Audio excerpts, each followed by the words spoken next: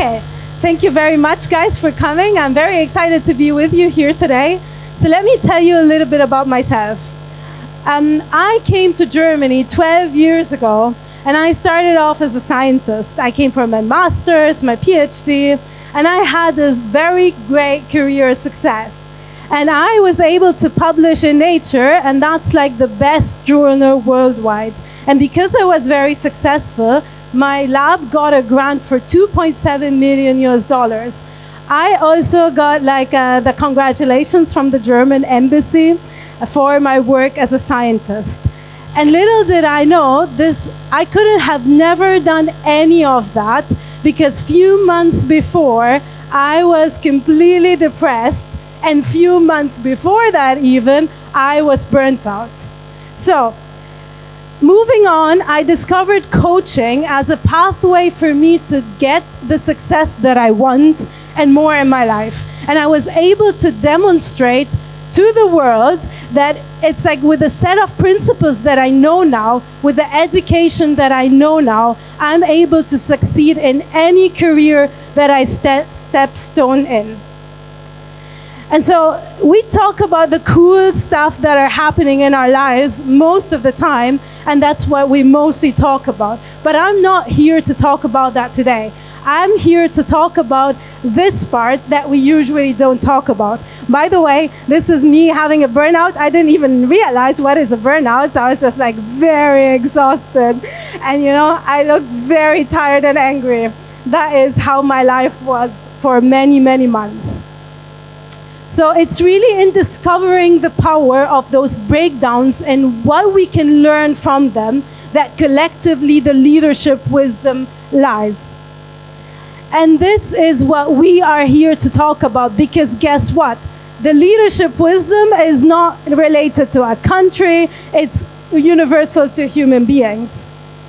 By the end of the talk, I will show you the distinct quality of leadership that you need to support yourself to go into and step into the highest version of yourself. But first, no matter where you are in your human journey, there is nothing wrong. So I started to talk about female energy because most of the people here are females, but actually because this is something that is not acknowledged in leadership.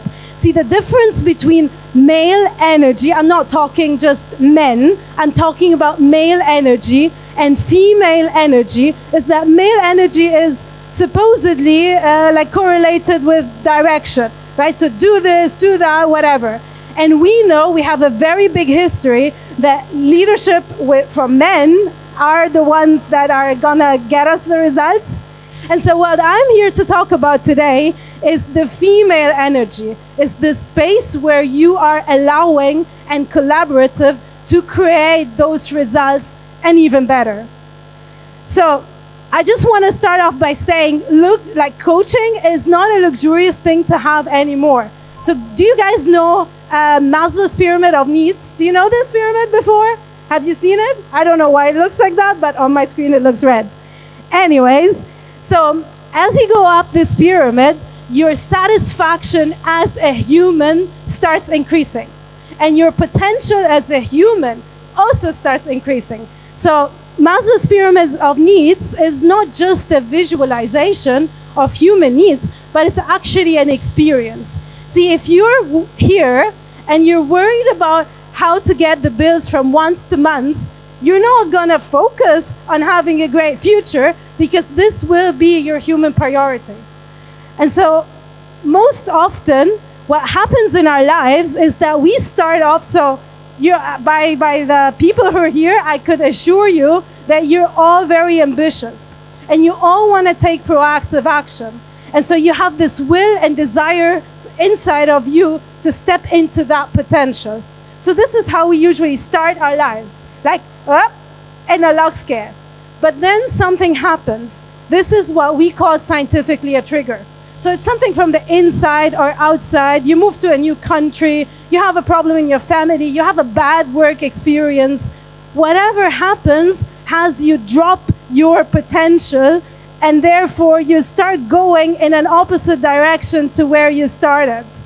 And so we start experiencing this human experience of being stuck.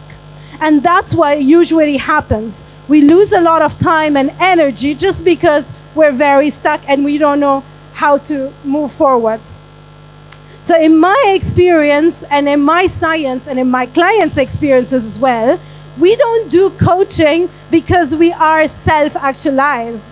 We do coaching because we have a bunch of human feelings and experiences right now that are blocking us from experiencing that extreme human potential. And therefore what we do is we start like, you know, yeah, this is how it looks like. So for example, today I took the wrong decision to take the wrong path with the S-Bahn. And I was almost there on time for my workshop. But see, I started this workshop with a lot of intention, with a lot of clarity. Why? Because I have a lot of knowledge and education right now that I'm able to realize I'm being triggered, I'm able to clear myself, and I'm able to refocus on what I truly desire. And that is what coaching makes available. So in a summary, what the coaching is that it actually represents what, like the set of things that you do between where you are right now and where you want to be. So it's really the process, the intimate process of coming together with a human being who really cares for your success, who accompanies you to your success, and who teaches you all of the knowledge that you need where there are some missing gaps, so that you start being, again, proactive and taking the actions and the most effective decisions to your destination. So here's a snapshot. I have a lot of content, so I'm just going to run through it. Here's a snapshot of how my life was until, you know, from 2012 to 2023. And as you can see, for the most of it, I struggled a lot. So it's really like until I started healing from depression, and I didn't take any medications, by the way. The science that I got in the coaching was enough to help me stand on my feet and reconnect with my true human potential. And it was in 2019 that my whole life switched after 7 years of being stuck. So let's talk about what do you need to experience such success for yourself and your life. It first starts with a vision. See, a vision, you do this when you're driving a car. You do it very effectively, because without getting where are you at going at the end, then you're just going to lose a lot of time and resources. Do we agree? So when you start having a vision, and actually I want to say I had a vision since way, way back. So the reason why I came here to Germany is because I wanted to contribute to science. And this vision of being a great scientist, I'm here, by the way. And, you know, I put myself next to all of those great people who made a difference in the world, because I was very committed. I didn't know how, but I was very committed. I'm going to make a difference in the world. Now, it doesn't have to be for you this big, but what definitely has to happen is that you need to focus on where do you want to arrive in a few years from now, and have that be your guide along the way. So, vision has to move, touch, and inspire you. If it's not, you know, I asked my client recently, so what's the vision of the company that you're in? She was like, yeah, it's like we know vision as this bunch of information in a company that we just get as employees. But actually, that's not vision. That's our human version of it. What vision has to be like communicated even throughout every single employee that you have. And it has to touch and move and inspire them so that they give you their best experience. And here, just so you know, without a vision, there is no result. It's as simple as that. With little vision, then you have little result. So the format of those slides are going to be like my recommendations. And then I'm going to tell you, without this component, you're not going to experience that. And then I'm even going to provide you with a solution. If you are working in a company, you're an HR person, or you're in the management, I'm going to provide you with a solution from my experience that will make the best difference to you, to your team, and your career. So the second component of this is resilience. See, as leaders, we gotta become agile and adaptable to change. We, by the way, as human beings, we have a really weird relationship to change. Sometimes we just freeze. Sometimes we go attack. Sometimes we get stuck. Whatever it is that's happening, in my experience, what we're most getting stuck in is how to move as things change. And this is what we really, truly need education on. See, just so you know, before I created this result of a PhD, I failed incredibly. I failed a lot as a master's student. I didn't know that then I was creating my success, but I actually created my own failure recipe book where I tried the different components on having a great project. I actually did that. I didn't know that I was doing that, but I did that. So I tried the bad lab. I tried the bad supervisor. I tried the bad project. And there was this reputation that I earned in the master's, and people were like, I was a top student back home. And I came here in my master's thesis, and then people were like, if Sara could finish, you could finish too. And you know, it was very bad for my ego at the time, but I didn't know that this was because I was not equipped with the tools to lead this change. So this has just got me stuck for a very long time. So these are my recommendations when your teams fail or when you fail, because guess what? You will. See, people work on top of failure. People judge. People make the others wrong. And those ways of being and dealing with the situation cost us a lot of money, a lot of time, a lot of vision and resources. So my recommendation is educate your people on how to manage change. Not like a textbook kind of definition of change, but really in real life, how do people react to change and how must they proactively act towards change? And third is profound connection. See, something marvelous happens when we profoundly connect at the field of our career and obviously in our lives. So I want you to know that this great human being was the one who ended my bad luck. I met this guy in 2014 and it was like, I so much connected with him and his energy that I want to be your best student. And I was. He actually wrote me that in the recommendation letter. And then this awesome guy, I met him in 2017 and I had a joint PhD between the US and Germany. And without having those guys back to back supporting me, without me connecting with them so strongly and working with them in a collaborative way, I would have never reached the success that I had. So my invitation is, and I get that right now we're in a different culture, and I'm going to say something that some of you may not like it, but please don't get me wrong, I mean it in a great way. So, do you know that? Okay. I'm not gonna, okay, you can just.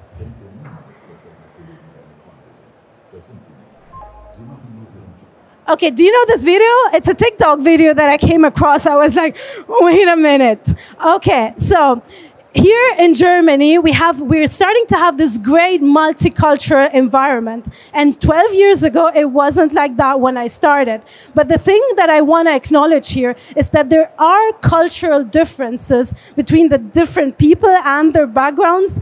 And most often what I found is that the cultural environment of work here in Germany is somewhat conservative. And I get it. It's when you're becoming conservative and you're not creating friendships at work or whatever, when you're not being too open, it helps you get clarity on taking the most objective decisions, if you will. But it also comes with some cons, because when people are a little bit scared, then they go into their circles and then they don't give out their best human experience. So what I want to say is that in this culture here, like as the room is very mixed, we have cultural differences that we often do not educate each other on, and though they get in our way of creating great relationships. So we want to teach each other, you know, how to reconnect and revive to create this profound experience at work.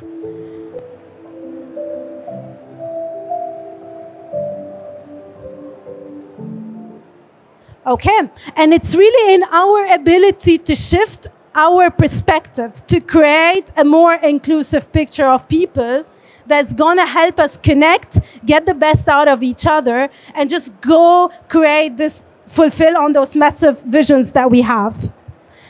Right, so here are my recommendations on building profoundly. And here also are my solutions on how can you create this beautiful atmosphere to connect with your team when you have a multicultural environment. See, without connectedness, the performance is gonna drop because a lot of people are gonna be scared to give out or to show their best skin, basically, and therefore you will definitely have a compromise in the KPIs. The fourth is to foster a sharp perception that is not self-critical. As a highly successful person, you are very self-critical with yourself, right? Like, I did this right, I did this wrong. And the problem is that when you judge yourself too much, you're not able to see the whole picture. So, how can I say this? I actually really developed myself in having this sharp perception throughout my experiences. So I focused on getting my work right, and then I started building this confidence to go talk when usually people would not talk.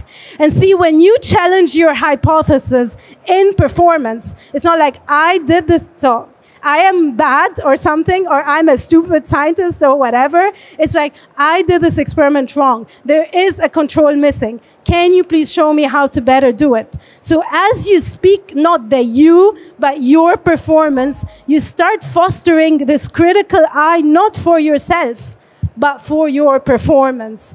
So I encourage you to always ask, what does this mean? What am I seeing here? What does this mean? How can I interpret it correctly? Is there a better way from my seniors that I could interpret it better? And this has definitely really contributed to my success in publishing this paper in Nature. So, without this self-awareness and fostering a sharp perception in your mind that evaluates things in performance, you are gonna be, here. You're gonna find yourself inflexible, tight, not receiving feedback, or caring too much, taking things very personally, and you're always thinking that you are the job or you are the result. But there is a lot of potential for you to grow. See, if you become more confident, you will start seeing yourself getting the results, but struggling with stepping up. And if you have such sharp perception that you're able to evaluate things very well, but you are not very trained in performance, you will find yourself with not so great results. So my invitation is to go here, you need to educate yourself to develop great relationships with people and to try on those coaching pathways as pathways for your human development. And fifth is create performance games. See, Einstein said play is the highest form of research. And by the way, we don't play enough in our work cultures. When you create things as performance games, it stops being about you. You stop being the job. You go to work the job to create extraordinary results. So this is a real graph. So I left home thinking, okay, it's gonna be a cool straight line until I hit success. And as you can see, this is really months. And my projected performance in reality was really bad because I struggled a lot. I didn't have the right mindset. I didn't have the education, and therefore it impacted me a lot. But here, as I developed the coaching education and I ingrained it in my character, I started getting beyond what I thought is possible. And last but not least, do not wait for opportunities, create them. See, if you become a forward, active decision maker and you ace this decision-making skill in your life, you will start finding yourself creating a lot of opportunities. Now, me being here in this very talk happened because I proactively asked if they need coaches in this conference. Me getting this lab with Bruce Edgar happened because I proactively asked to get a student job that then later I had so much fun in, and he said, I want you to be my student for longer. See, when you start training yourself to ask, how can I help? This will really open a lot of closed doors for you and your life. So using this leadership wheel, I have been able to go from burnt out to this massive, massive success. And I even tried it in another career. I started being a coach in Corona lockdown because nothing else was opening. And I was like, oh my God, how do people not know what I know now? And I took this on. And in no time, I started having awards, recognitions. I was on a lot of TV shows because of my success story. And it's really that I have been able to work this wheel over and over again. I didn't come up with it. It's not like some system that you follow to get results. It's really in my human experience, those are the elements that we need to be educated on, trained in, and collectively we can create this effort. So I want to leave you with this, because it's really when you work this wheel in your life, you become your own edge. And let me show you something. What? You don't have a business worth $250,000. But I think with me on board, you could have a business worth that. I will work so hard. And I can say, if I get the opportunity, I will work so hard. And I will prove that it is a good investment. I will prove it, because it is. It really is. I just need that opportunity. I think you've got some real drive and determination, and it's not an area of the market I'm familiar with. These curls took 2 hours to put in this morning. I've got the opposite problem to you. But I believe in you. In my eyes, you've done the really difficult bit, and so I'm willing to make an offer, because I would really like to back another womanpreneur really going places. So so sorry. It's okay. I will give you all of the money for 40% of the business, and I will reduce to 30% of the business if I get my money back within 18 months. And that feels like a way I could make that work, potentially for you and for me.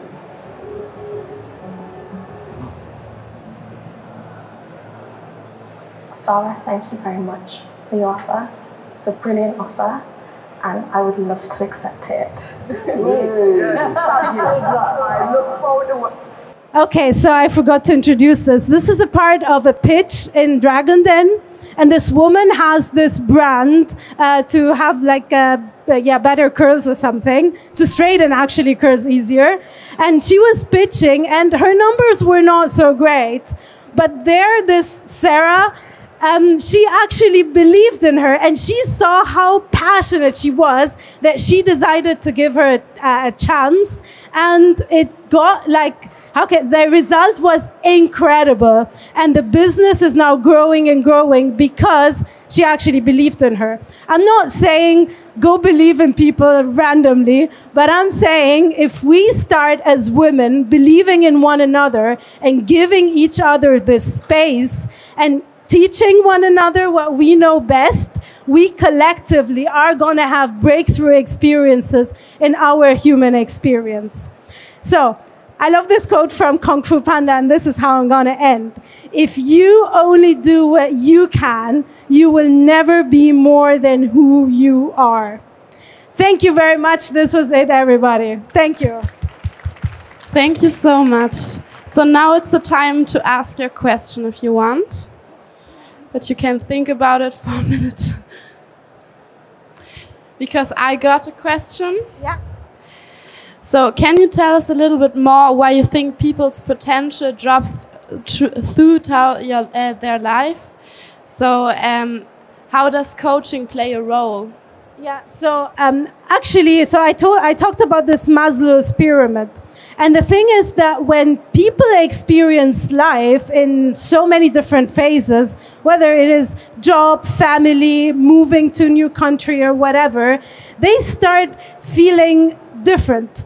And they start feeling too emotional maybe, or suppressed emotionally, or whatever experiences that they start having. But all of those experiences affect the way that they function. So in our brain, to take decisions, and therefore we find ourselves struggling with our own safety. See, we are very lucky and grateful to be in a very safe country, but I promise you, if I go have conversations with a lot of people right now, they will feel this lack of safety. And when they do, because there is a lot of struggle in their life, they're not able to think clearly and focus on what matters for them. Does that make sense? Fantastic. Okay, great. Thank you. Thank you so much, guys. Yes. And please find me here. I'm here somewhere. Thank you.